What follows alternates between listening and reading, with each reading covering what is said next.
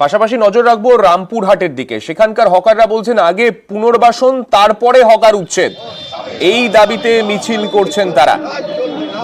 আমাদের সঙ্গে রয়েছেন আমাদের প্রতিনিধি অক্ষয়। অক্ষয়ের কাছে যাব। অক্ষয়, ঠিক কি দাবি করছেন হকাররা এবং এই যে প্রতিবাদ কর্মসূচি, আপাতত কি সরকার পক্ষে বা যারা ওখানকার প্রশাসনিক কর্তা ব্যক্তিরা রয়েছেন তারা কোনো প্রতিক্রিয়া দিয়েছেন এর বিরুদ্ধে?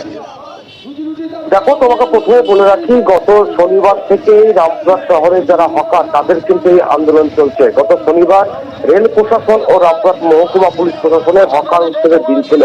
হকারদের বিক্ষোভের জেরে সেই হকার উচ্ছেদ করতে পারে না প্রশাসন এবং তারপর থেকে তারা কিন্তু দিন রাত এক করে রাত জেগে তারা পাহারা দিচ্ছে তাদের দোকান এবং তাদের কোথাও আশঙ্কা যে রেল প্রশাসন হোক বা রামপুরহাট মহকুমা পুলিশ প্রশাসন তাদের দোকান হয়তো ভেঙে দিতে পারে। তবে হকারদের একটাই দাবি যে তাদেরকে আগে বিকল্প ব্যবস্থা করে দিতে হবে এবং তাদেরকে অন্য জায়গায় হয়তো দোকান যদি দেয় সেক্ষেত্রে রাজ্য অথবা কেন্দ্র রেল সরকার তাদেরকে কিন্তু ক্লিয়ার করতে হবে, তবেই তারা হকার উচ্ছেদ করতে দেবে।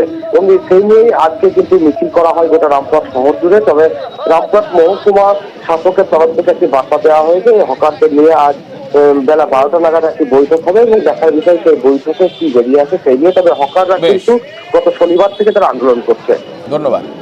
এই আন্দোলন, এই মিছিল আমাদের একটাই উদ্দেশ্য, পেটের লড়াই। বিনা নির্বাচন ছাড়াই আমাদেরকে উচ্ছেদ খামখেয়ালি বলা, এটা আমরা মানছি না। পূর্ণ নির্বাচন ছাড়া আমরা উচ্ছেদ হতে দেব না, এই জন্য আমাদের মিছিল।